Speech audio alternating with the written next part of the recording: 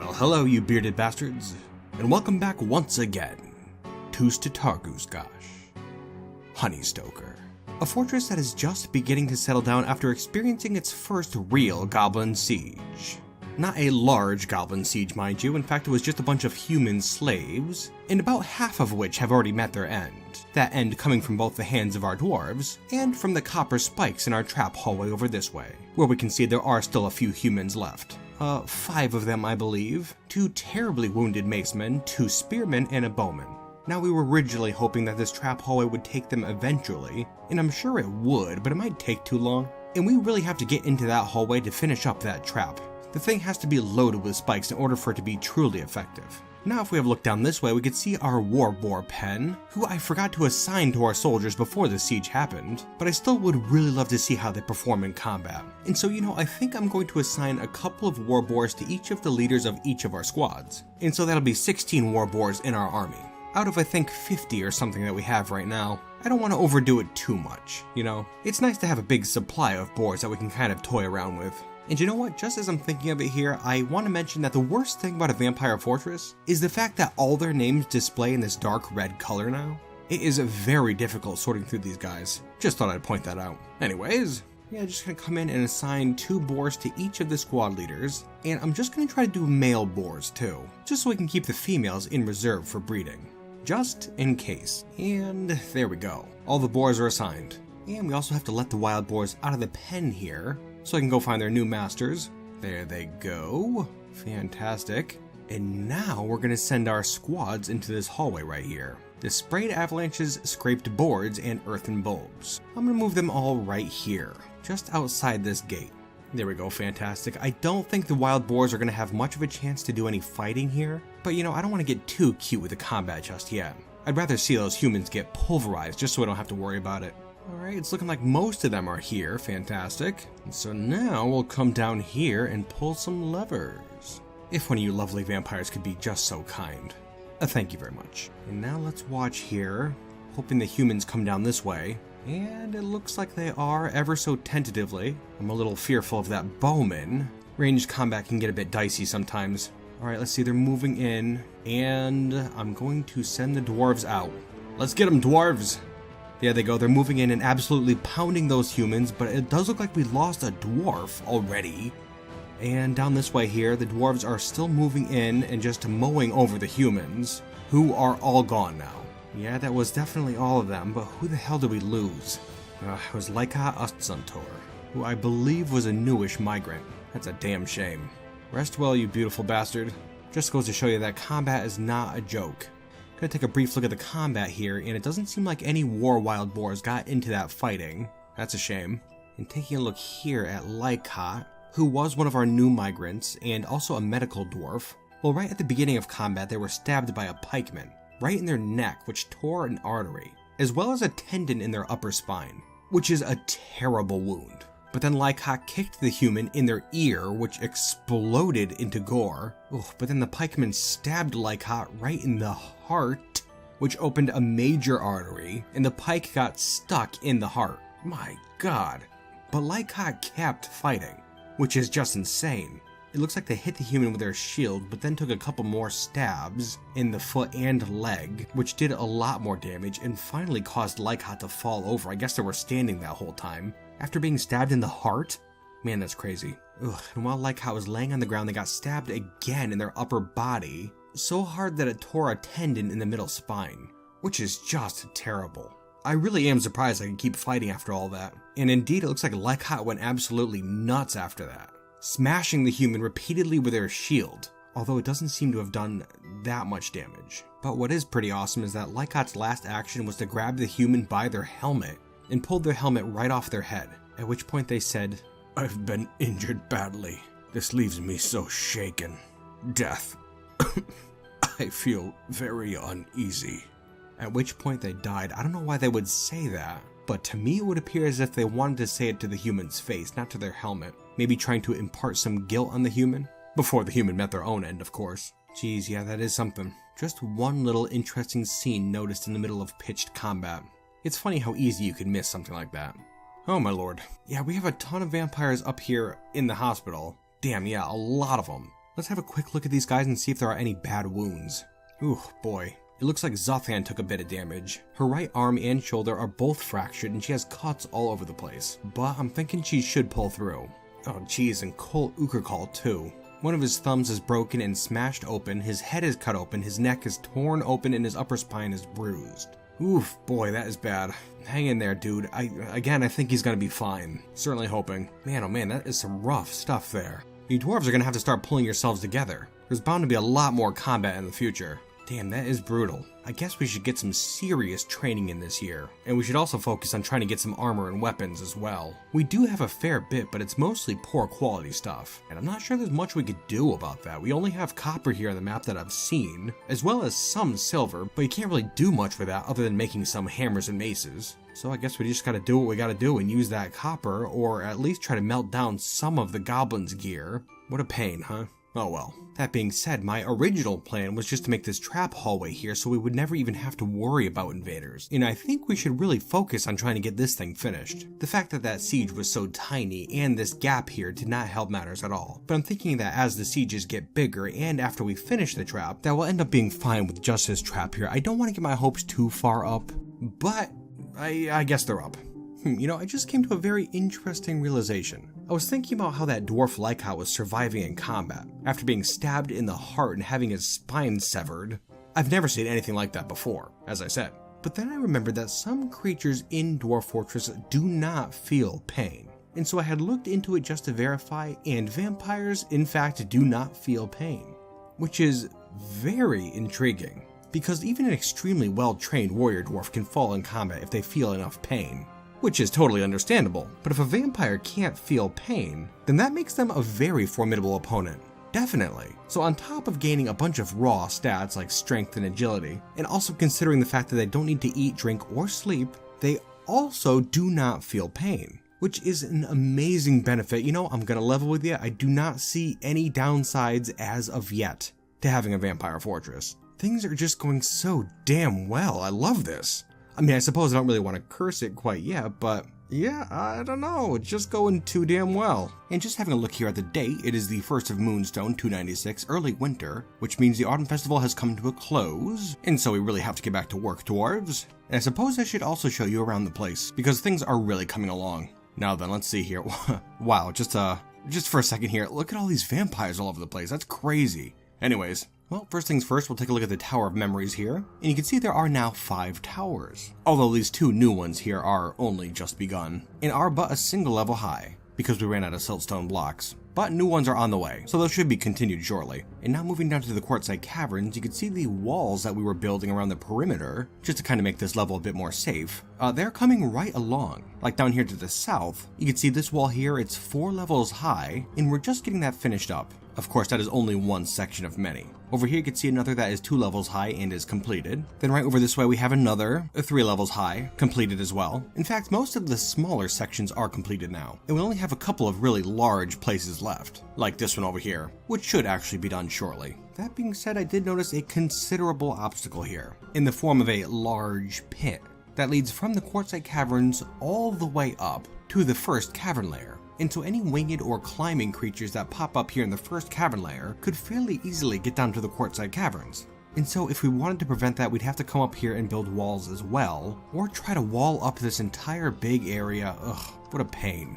But I'm just messing with you kinda because we actually took care of that last episode. Yeah, it was a bit of a hassle, but as you can see, it's all blocked up now. For the most part, just one little wall section left. But yeah, nothing to worry about. We have a big blocked up pit now, which we could actually do something with. Not too sure what, but I guess we could figure something out. We'll see what happens. Oh, it looks like we do have an artifact here. And I will let you know too that we've been making artifacts here in the fortress all along, but they've all been kind of boring, so I've just kind of been skipping over them. However, this one here seems a bit more interesting, so let's have a look. Mona Menkaten, the waxworker vampire, has created Gebusur, a Mulmerian leather headscarf. He claims it as a family heirloom, and I would have to assume that this thing is made out of spine cracks, that Mulmerian that we killed last episode. That's the only Mulmerian we've ever encountered.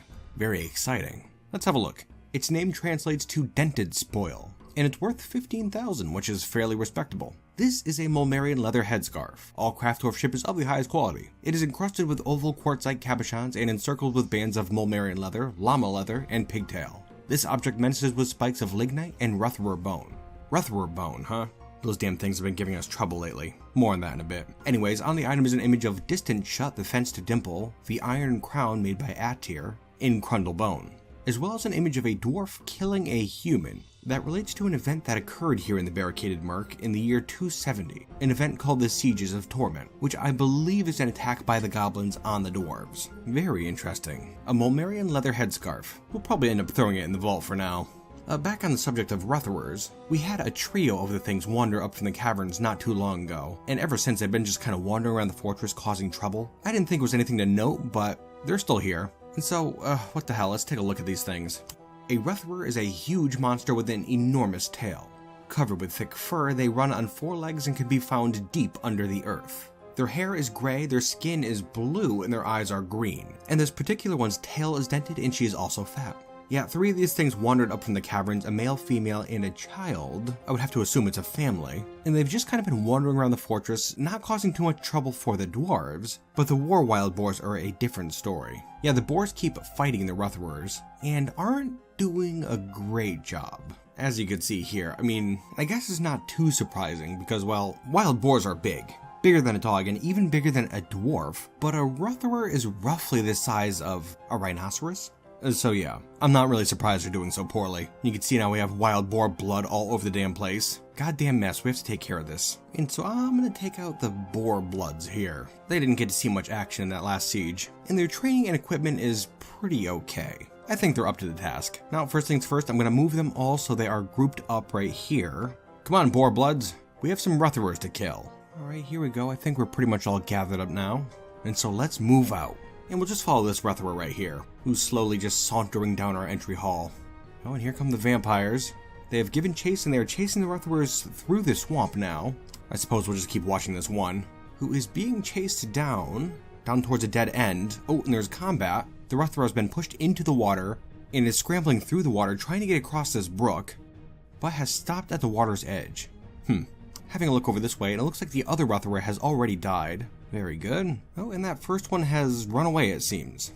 Well, good. And there goes the child, running off as well, out into the swamp. A new environment, one that its cave-adapted eyes has never seen. You gotta wonder what's gonna happen to this creature. But really, I'm just glad to be rid of it. Alrighty, now then, back to our projects, and damn distractions. We all know the routine at this point, dwarves. Prepare yourselves, because yet another vile, twisted creature has oozed its way up from the primordial morass that makes up the core of this world. A slithering leviathan whose true intentions are alien and unknowable to our dwarven minds. And yet there is one facet of this demented mind that we can know all too well. This creature cannot be content until our small fortress is erased from this world. The forgotten beast Shedim has come, a gigantic blob composed of flame. It has a square shell and it appears to be emaciated. Oh boy, here we go. A blob of flame. I don't think this creature is going to be all that tough. It's made of flame, fairly insubstantial, although that isn't the danger here. No, the danger is that it's made of flame. And as soon as I unpause the game here, flames will erupt from this creature and set this entire cavern level ablaze. And also another thing I'm noticing here is that it looks like Shedim here is down to the southeastern portion of the 3rd cavern level, which is fairly close to Siga, the enormous winged snail with a poisonous bite, but even closer still to this dwarf over here, who just finished digging out this tunnel to the magma. Well, I am taking a look around the tunnels here to see if the creature could even reach our dwarves, and well, I'm not too sure if it can. It can't fly and it can't climb, but I guess we'll have to see on that. I'm not getting my hopes up. Alright, now we're back over here. I'm going to follow Shedim and unpause the game. Let's see what happens. Unpaused, and it doesn't appear to be doing anything. Well, I suppose that works for us. Okay then, well, just hang out over there, you blob. I am noticing too that this whole area surrounding it is covered with ashes and burnt plant matter, so I think a fire actually already raged through this area. You know, it could be that this creature has been over here for a while and we only just discovered it. Yeah, I'll bet that's what happened. Well, let's just hope it's content over there for now. Well, looks like we got some more migrants here. Always welcome. Let's see what we got. 1, 2, 3, 4, 5, 6, 7 migrants. Fantastic. Brings us up to 111. Our population is skyrocketing, which actually kind of really stinks, because we don't have enough bedrooms for them. Not that they'll be doing much sleeping, but dwarves still want a place to put their gear, and just generally like a place to call their own. Well, I guess the best thing we could do is just continue work on these towers here, although it's going to take a while, which is not great. Well, I'd like to keep the thing symmetrical, but considering how little time we have before dwarves could start getting unhappy, it's a sacrifice I'm willing to make. I'm gonna cut down some trees over here and get another tower started. And I guess I'm just gonna try to build these things all over the place. It's gonna get a little wacky out here, I think, but it should work out fine. And speaking of wacky, I have planned up our pump stack, and this thing is going to be a crazy. I have it started down here in the magma sea, and if we move up a long way, the thing is going to end up being 108 levels tall. But it will pump magma up to here, and that magma will flow over here to the space underneath our bridge. But yeah, we do have a ways to go on that. Man, I'll tell you, I hate making pump stacks. So damn tedious. But you gotta do what you gotta do. Taking a look up above the bridge, you can see all the canals up in the ceiling are dug out and pretty much good to go. Still working on trying to get some of that stone out of there. And if we move up even farther, you can see the tunnels that we're going to use for our axles, which will be used to power all of the screw pumps in the pump stack. Every single last one. And now if we look to this one tile right here, and upwards, you can see we have a channel planned out, but it's not dug out yet, just to keep us safe from invaders. But moving up, you can see this structure right here. You may have glimpsed it in the past. And this here is going to be our Windmill Tower, and it is quite a sizable structure. That will end up being a few levels tall, kind of like our other towers, but it does get narrow and kind of angles to the side as you move upwards. Now I'm going to bring this thing a few more levels upwards, and then I'm going to start putting windmills all over the place, because we're going to need a lot of them. I'm guessing about, get ready for this, 40, which is horrible. Yeah, it's going to take a lot to power that pump stack, and it is a tad overkill, but not that much really. Oh, we have a little problem down here in the Quartzite Caverns. Looks like a dwarf is throwing a tantrum. And that dwarf is Domas Morolmador, the traveling companion of Moses. Damn it, that's not good at all. Oh yeah, I just punched a couple of other dwarves. Dude, come on. Yeah, like a few other dwarves actually. He is a miner, so he does have a pick, which does make him particularly dangerous in these fist fights, because he could just swing out and murder a dwarf in a single blow. I don't like that. Normally we would exile a dwarf like this, and this guy has been trouble for a little bit, I just haven't mentioned it, but I don't really want to exile him, just because he was a traveling companion of great and mighty Moses, and so we're gonna have to think of something else to do with this guy. We do have a few other insane dwarves, remember, just locked in their bedrooms, and actually this dwarf over here named Doran is a new migrant who started having tantrums almost immediately, and so I sent him to a bedroom and just locked him in, and I think that's what we're going to do instead of exiling dwarves from now on. We have to remember that there are still plenty of normal dwarves out in the world, and we don't really want to go throwing vampires out there if it's going to start hurting them. That wouldn't be right at all. And so we should figure out a good way to isolate all these guys. And I think I just came up with an idea.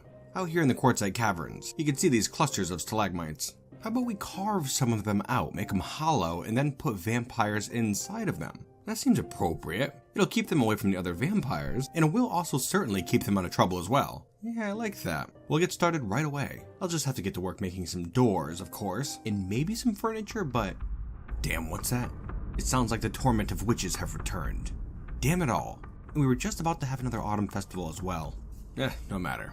Alright, well, having a look here, the attackers appear to be coming from the south. And this time, strangely, there's a single goblin as well as a whole bunch of dwarves. Slaves, I would assume. And it looks like we have a mace man, a couple swords dwarves, a hammer dwarf, a couple spear dwarves, a pretty decent mix, and there could be more coming in behind them as well. Well, I'll tell you what, we were right on the cusp of the autumn festival, and so what the hell, let's get to it, dwarves. We'll start celebrating as the siege moves in. Alright, come on everyone, let's go. Quickly now, the torment of witches is upon us. And having a look back down here, and wow, yeah, there's a few more attackers than last time. Terrifying. Whoa. Yeah, a couple more. We have a full page here. 38 attackers. Alrighty, well, it's probably good that we managed to get a few more spikes in our trap hole over here. I'm thinking that it'll be effective enough to at least kill enough of them to send the rest scurrying back out into the swamp. I certainly am hoping anyways. Now, one of my biggest fears is that these attackers will go over to the pit edge, and that they'll climb up here and start shooting down at the dwarves, though we do have enough cage and weapon traps up there where it shouldn't be a problem. I don't think. Now it's time to come down here and pull a lever. There we go, thank you. Which closes up the far end of our entry hall and forces those goblins to come down through the spike hall. And it looks like we did it with plenty of time to spare, because they're still moving in. And here they come, moving down into the entry hallway. The first squad of dwarven slaves being led by this goblin bowman. Stopped right in their tracks. Fantastic. Now, their leader was wounded just here, and so those dwarven slaves don't know what to do exactly. But here comes backup. Don't worry, guys. Spikes are retracted, and there we go, skewered once more. Fantastic. We need more goblins. Get more goblins in here. Retracted, and skewered once more. Yeah, you guys really don't stand a chance, huh? It's not good for you.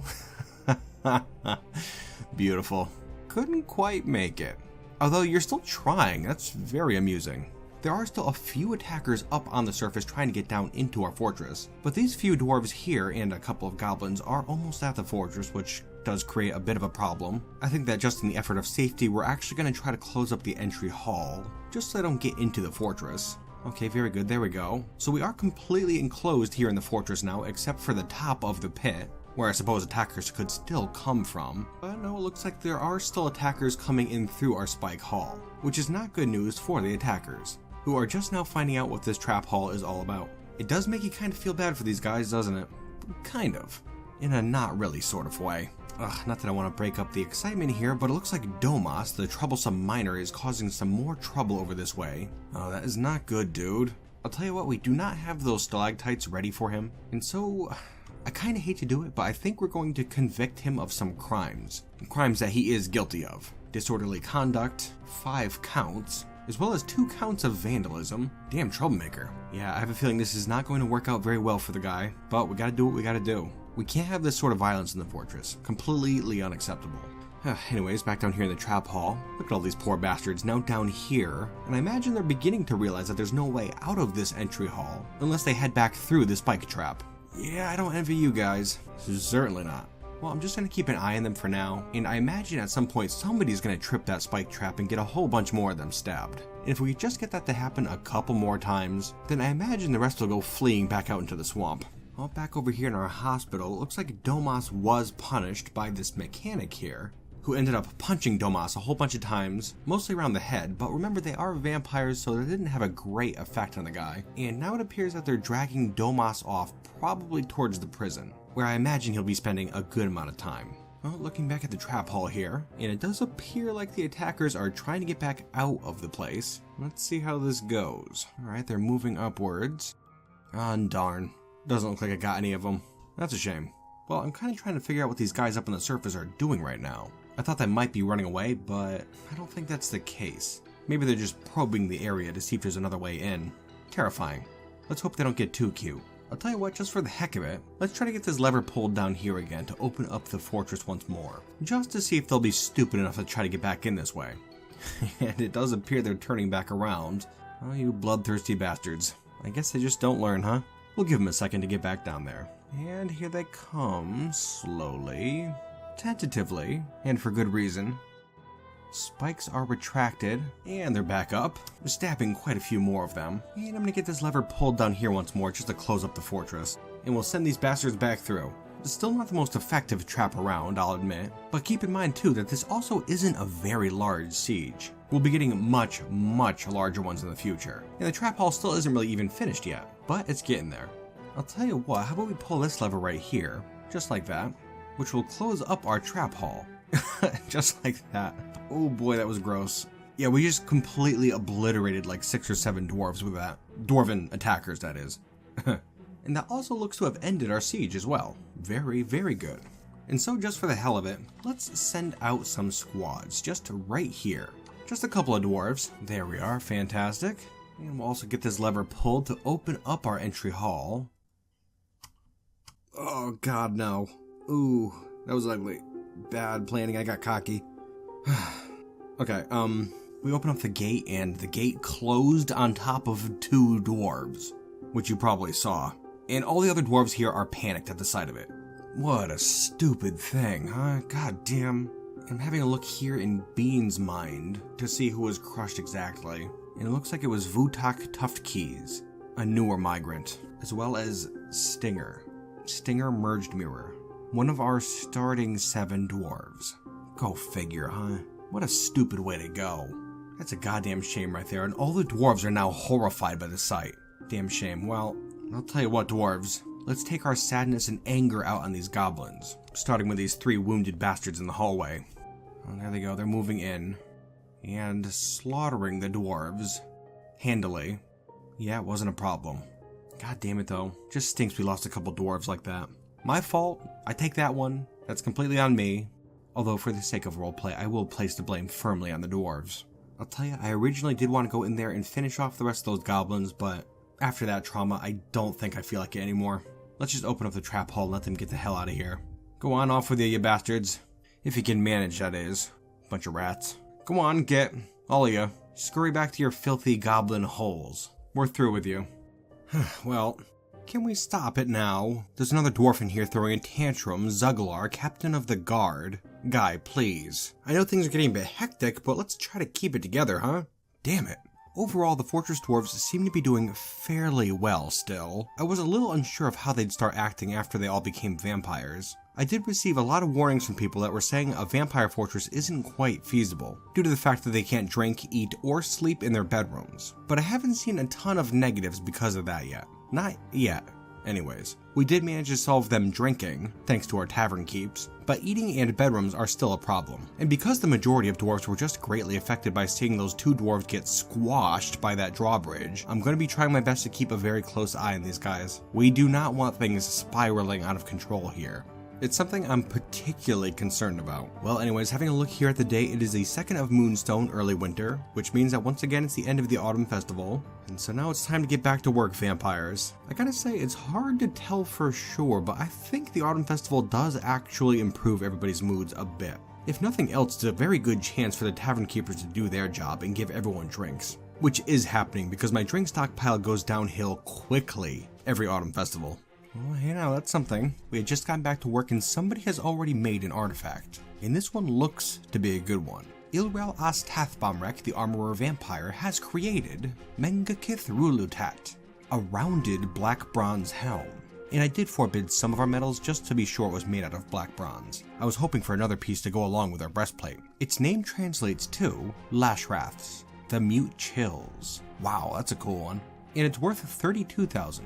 Very respectable. And we can already see it's fairly simple, which I do like. This is a rounded black bronze helm. All craft workmanship is of the highest quality. It is decorated with pig leather and encircled with bands of oval quartzite cabochons. This object is adorned with hanging rings of black bronze and menaces with spikes of apricot wood. Apricot wood? That's lame.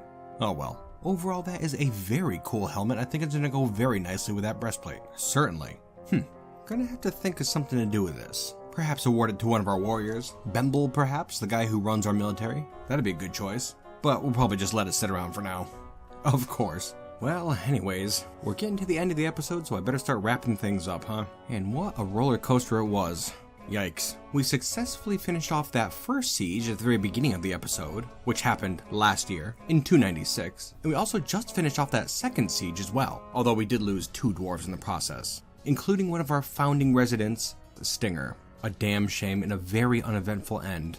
Down here in the Quartzite Caverns, we actually have the entire perimeter pretty much sealed up now. There are still a few small gaps, but those should be taken care of shortly. And that's very exciting, because then we can start planning up a huge project down here, completely safe from harm. Gonna have to put some thought into that. Oh, and then of course we can't forget our little asylum stalagmites over this way here, where we can see Vukar, our former militia captain, is now safely interred, and where he shall remain for quite some time. Sorry dude, not much else we could do with you. And back to our bigger projects, the Tower of Memories is coming along at a rapid pace. As you can see, those 2 newer towers there, well, they are multiple levels high now, and we even started another smaller tower as well as this huge tower over to the left here, which is basically going to be 4 towers in one, just to help save time, you know. But we did, of course, run out of siltstone blocks again, and we're just waiting for more to get made.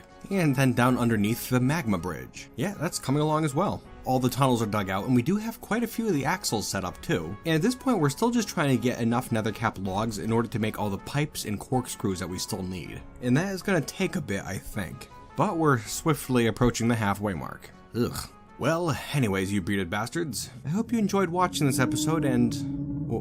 what's that? The trees in the swamp are unsettled. Something's out there, and whatever it is, it sounds enormous. Melville's wisdom guide us. Get to the fortress, dwarves! Something's coming!